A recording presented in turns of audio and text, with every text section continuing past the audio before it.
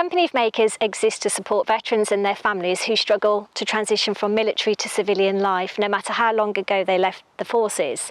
So we've been going for about 8 years, and before COVID, everything was face-to-face. Since COVID, we've been doing everything digitally. So we're currently running workshops where veterans listen to art talks, they do lots of drawing themselves, and we're teaching veterans with a professional artist. We're doing photography workshops, writing workshops, and we've got some other stuff coming up soon as well. And our very latest project is called Dits and Pics, where our mission is to gather as many veterans' stories and photos about military service as possible for an exhibition. And of course, we all know that, you know, if there's one thing veterans like, it's spinning a dit.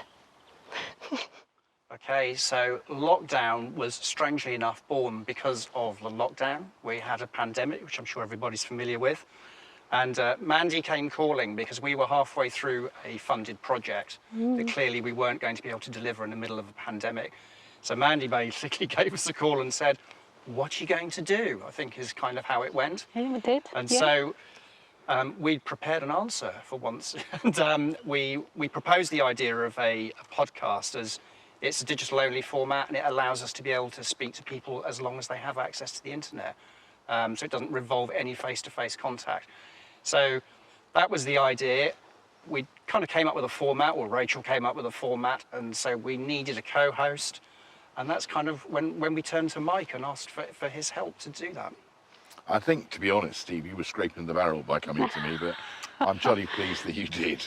And it's been a fantastic experience since it all went going. I've really enjoyed being part of it. And I've really enjoyed listening to some of the people you've interviewed as well. They've been fantastic. Yeah.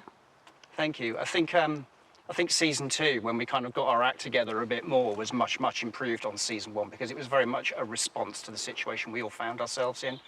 Whereas season 2 is very much more a collaboration with the RNRMC, not just a, how do we do a podcast, Mike? Well, I do think that we learned a lot from season 1, and we applied that into season 2 and changed gears. And I think the results speak for themselves. I think the calibre of the people that you've been speaking to, and the diversity as well, has been extraordinary. I love the fact we're such a diverse audience, because we all know how much diversity enriches everybody. Yeah, I couldn't agree more. It's some fascinating people. Have you realised that the podcast is a year old now? Yeah. It's Is this our anniversary? It honestly really is. Where's the cake? The first Who brought episode. the cake? I think I've read. The first episode was uploaded in May 2020. Yes, and our CEO Adrian did the first one, didn't he? Yeah. Just as we The first victim. went into lockdown. And the first one of series 2 as well. Absolutely. So he needs to do the first one of series 3. Well, doesn't he? yeah, there we are. I can't commit for him, but I will pass on that request. But I think it was really important. As we went into lockdown, we were reaching out to all the organisations we work with to make sure that they could still engage and support our beneficiaries at this crucial time. And, you know, it quickly apparent that face-to-face workshops, I know we've been working with you since, I think, 2018 with our first pilot workshop, so we know how impactful that is, but it wasn't going to happen. So the fact that you were able to come up with something that could reach out to people, but not just your existing engagement with beneficiaries, but reaching out to a wider audience, and as we've seen from the feedback, intriguing the civilian community into the ways of us service folk and what it leads us to in our next lives, etc. I just think it was really powerful. Thank you.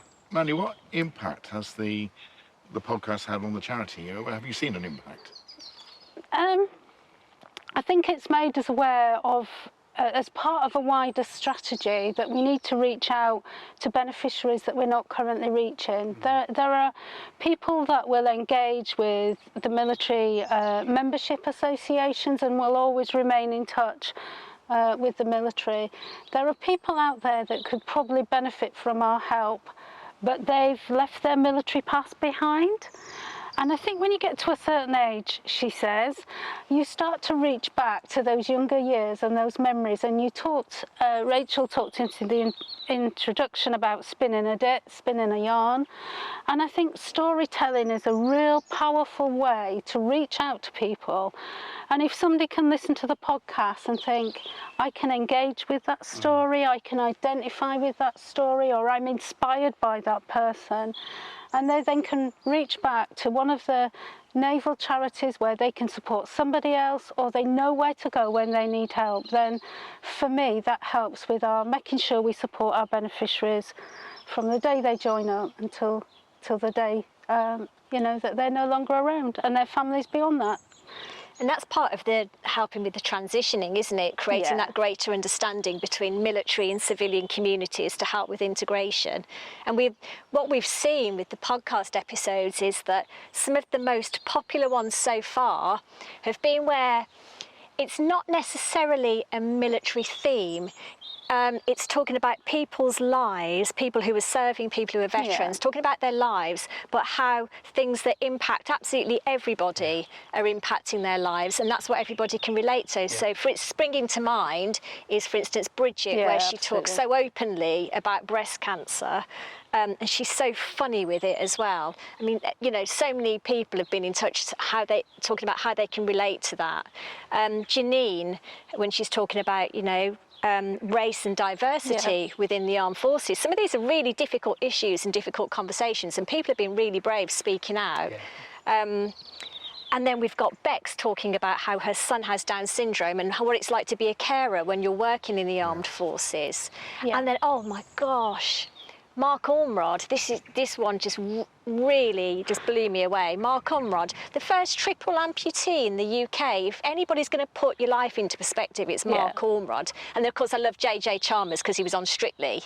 That was good timing, wasn't it? Yeah. So I loved watching JJ. It was all part of the plan, Mandy. Did you know that Mark Ormrod just did a 1 kilometre sea swim last week? Has he done it? And raised over 400,000 and counting for charity. He did it last week. So just no prosthetics, just one arm and his body, 1 kilometre sea swim. How immense is that? I think the thing is as well, I think this is what you're talking about. The podcast stands and falls on the guests. Yes. And that honesty and that candour has been really, doing the interviews is part of it, obviously, but I talk to these people for at least an hour beforehand. So I've got an hour to kind of get to know what their story is, and then, translate that into some questions. And I've been very impressed by what people have had to say and their honesty. You're right about the quality of the people that you've been interviewing, but I think there's a shout out to you, Steve, for the way in which you question them. I think your interview technique draws out the best in them as well. Absolutely. I think you have a very good style, and take it for what you want, but I think it benefits from your interview technique as well. Thank you. I'll take that compliment. Thank you very much. You can say something nice back to me if you want to, but I completely understand if you don't want to. Pip's a lovely dog. But on that note, I think what is we could talk about Pip all day. But your contribution, Mike, is so important because, obviously Steve and I are civilians, and that's got a power in some way because we think about the military world in a completely different way to people who are serving and people who are veterans. But of course what you bring is that that fantastic credibility of an actual military man who knows what he's talking about. Or so people think, but very convincing. The reality is, I did spend 36 years in the Navy, most of it underwater, which may account for some of my mannerisms. Sun dodger, as most people call us. But it is helpful at times to be able to put things into context from a military perspective, and also to decode some of the language. We in the military, or former military, are really bad at jargon and three-letter acronyms, and so it's quite helpful to explain what a DIT is, or what stand easy is, or some of these naval expressions. The amount of times Rachel's been typing up the description and listening to the audio and saying, what did they say there? I think it's this, as we've got absolutely no idea, so it's onto Google or probably Mike. emailing you, Mike. Because I did the transcriptions of the full interviews, and the amount, just obviously all this stuff just trips off the tongue with people, but it's a whole other world. And in terms of civilians listening to the podcast as well, it's fantastic because stories bring people closer together, and it's so relatable. But yeah, it's absolutely essential decoding all of that stuff. And I think people who have served out there, the target audience, they respond to that language and the use of that language. And I think what you said about Company of Makers have been about that transition. I think there's lots of transitions in the civilian world, and for some it is that initial transition and into employment and building a new life. And obviously people stay in the military longer now, so for some that's even further down the line.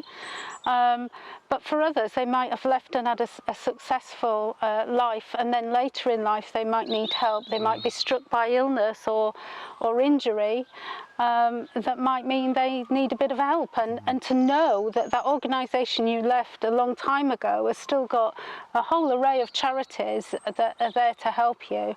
Promoting that through the podcast has got to be a good thing. And that's one of the reasons why it's so important to have guests on who are working within some of the military support organisations, because of course we can showcase their work, and we can, people can listen to the stories, relate to them, and then they can say, oh, I didn't realise that organisation helped with that, and I didn't realise I could access their help. Oh, and this is how you do it. Or it could be a friend or a family member listening in and saying, go on, giving them a nudge, and and really one of the critical aims of the podcast, apart from kind of helping people who might be feeling a bit down, a bit lonely, they might have mental health and wellbeing challenges before the pandemic, let alone now, feeling socially isolated. But it's absolutely critical that we could be that catalyst that just helps them to just pick up the phone and get the help they need. And if we help one person through the podcast, it's all been worth it, hasn't it? I think also that many of the challenges are not military related. They're not service attributable. That's been the quite telling thing, is that there are many things that affect everybody that are talked about in the podcast. And I think that's what makes it powerful as well. One of the themes that keeps on coming out in nearly every interview is this concept of sense of purpose. Yes. And I think, and it's really interesting, if you join the Navy and the Armed Forces, be it short or long, when you come to the period where you get to leave, you transition to Civvy Street. For many of us, you kind of lose your sense of purpose. Yes. What am I getting out of bed for? Now, there are some obvious things like providing shelter and food and money in the bank, but actually, in the real, what am I on this planet for? Kind of, for some people, need help in recalibrating that or refreshing it. So I think one of the things that we are helping people do is understand that there are organisations like the brilliant Royal Navy Royals Charity or Company Makers out there that can help people with this, understanding what their sense of purpose is going forwards. Yeah, and help re-find a new purpose if that's what's needed. Exactly that. Yeah. So we're often asked what the podcast is for, what's it trying to achieve? And I think the answer is at three different levels. The first level is just getting people to listen to the podcast, because there's been some amazing stories told during them, whether it be Pete Reed, who's a triple Olympic gold medalist, who's now confined to a wheelchair because of a spinal stroke and has battled to get back onto his own 2 feet, or Hugo Mitchell-Hegg, who is going to try and row across the Atlantic for a second time, and he's a Submariner, so that makes him doubly bad. There's been some fantastic stories, and we just want people to listen to them and see what depth there is in their narratives, and whether it touches any part of their own experiences.